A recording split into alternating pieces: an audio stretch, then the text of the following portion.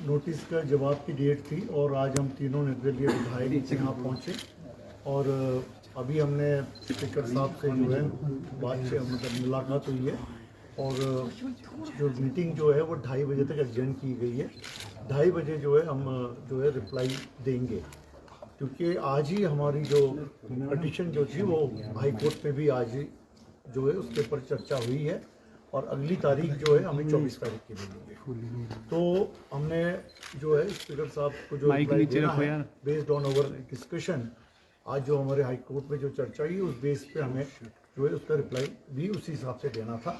तो अब reply ready है और 2:30 बजे जो है हम अपना रिप्लाई स्पीकर साहब को तीनों विधायक जो है सौंपेंगे। हाई कोर्ट में क्या चर्चा हुई सर, क्या कहा? हाई कोर्ट में यही चर्चा हुई कि जब हमने अपना इस्तीफा अपने मर्जी से दिया है और विलफुली दिया है, बिना किसी दबाव के दिया है, तो इसको जो है इमीडिएटली 22 तारीख को जब हमने दिया था तो 22 तारीख को ही इसको एक्सेप्ट कर लेना चाहिए था, उसी तारीख को एक्सेप्ट कर लेना चाहिए था, जो अभी तक नहीं हुआ।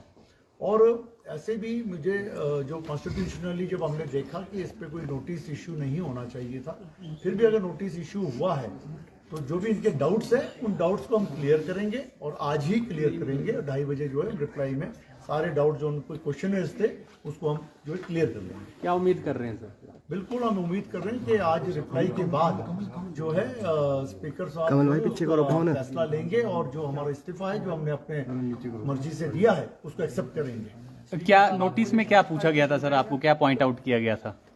इसमें पॉइंट आउट ये कि आपके ऊपर कोई दबाव है और या आपके ऊपर कोई किसी का प्रेशर है या आपको कोई किसी चीज़ का लालच दिया गया है या आपको कोई किसी चीज़ का कोई दबाव है, वही सवाल लिखे गए थे और आप यहाँ गए वहाँ गए, हम तो गए अपनी मर्जी से। और दूसरी बात ये कि जब हमने अपने आप प्रेजेंट होकर के दिया है तो हमने कोई ईमेल से नहीं भेजा है कोई हमारा इस्तीफा या कोई व्हाट्सएप से नहीं भेजा है, हम पर्सनली आकर के हमने दिया और आपके पूरा प्रेस जो था उस वक्त मौजूद था, आपके सामने हमने जो कॉपी है वो सौंपी है।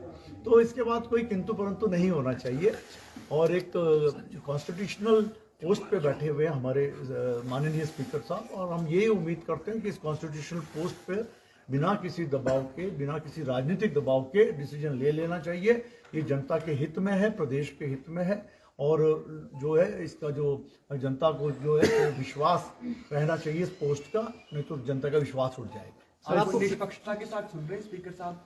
जी, अभी तो फिलहाल तो ऐसा है कि इतनी लंबी डेट दे दी है हमें, अभी जो 10 तारीख की डेट की आवश्यकता नहीं थी। अगर 22 को हमने इस्तीफा दिया तो 2 दिन बाद भी बुला सकते थे, तो इतनी लंबी डेट जो दी है इससे जो है ये टाइम डिले करने का जो कोई मतलब नहीं होता है, क्योंकि लोकसभा के भी इलेक्शन होने हैं। ऑलरेडी हिमाचल में 4 सीटों पे लोकसभा का इलेक्शन डिक्लेयर्ड है, 6 सीटों पे और भी डिक्लेयर्ड है। तो जो भी है फैसला जल्दी होना चाहिए, बार बार इलेक्शन होना भी ठीक बात नहीं है, तो जो भी फैसला है अभी हो जाना चाहिए। अब आप कोर्ट में चले गए हैं तो ऐसे में क्या आपको लगता है कि स्पीकर इसके ऊपर कोई फैसला देंगे?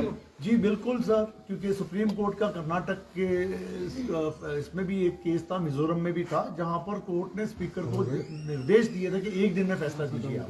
और स्पेशली हम किसी पार्टी को बिलोंग नहीं करते थे, हम इंडिपेंडेंट हैं। आज भी जो है हम तीनों जो है हमने 22 तारीख को जो दिया एज ए इंडिपेंडेंट दिया, अभी हम किसी पार्टी को बिलोंग नहीं कर रहे, जो हमारे पर कोई पाबंदी नहीं है, कोई हमारे पर बंदिशें नहीं है। तो जो भी है फैसला जो है तुरंत दे देना चाहिए। जयराम ठाकुर आपके साथ थे इस्तीफे के दौरान, तो सत्ता पक्ष सवाल खड़े कर रहा है कि जयराम ठाकुर का वहाँ क्या काम था, तब तो आप भाजपा के मेंबर भी नहीं थे। सर कोई भी आ सकता है, कोई भी जा सकता है, किसी पे पाबंदी नहीं है कि कोई आए या कोई ना आए।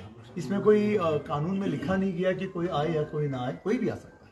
आप लोग यह चाह रहे हैं कि 1 जून को चुनाव हो जाए तो मोदी लहर में आप लोग भी तर जाए उसके साथ? सर ऐसा है कि बार बार प्रदेश में जो है उसके बाद अगर हमारा ऐसे भी इस्तीफा तो मंजूर होना ही है, आज नहीं होगा कल होगा पर होना है, फिर दोबारा जो बाई इलेक्शन होंगे, फिर कोड ऑफ कंडक्ट लगेगा वो 3 अलग अलग जिलों में, तो वो ठीक बात नहीं है। तो अभी एक बार इलेक्शन हो जाए तो स्टेट का फायदा है, उसमें सरकार का भी फायदा है। स्टेट के इतने फायदे की चिंता थी आपको तो इस्तीफा क्यों दिया सर आपने? हम इसका जवाब हम पिछली बार भी दे चुके हैं, ठीक है, तो इसीलिए अब बार बार वो जवाब देना उचित नहीं है। पिछली बार का जवाब आपके पास है सर। धन्यवाद।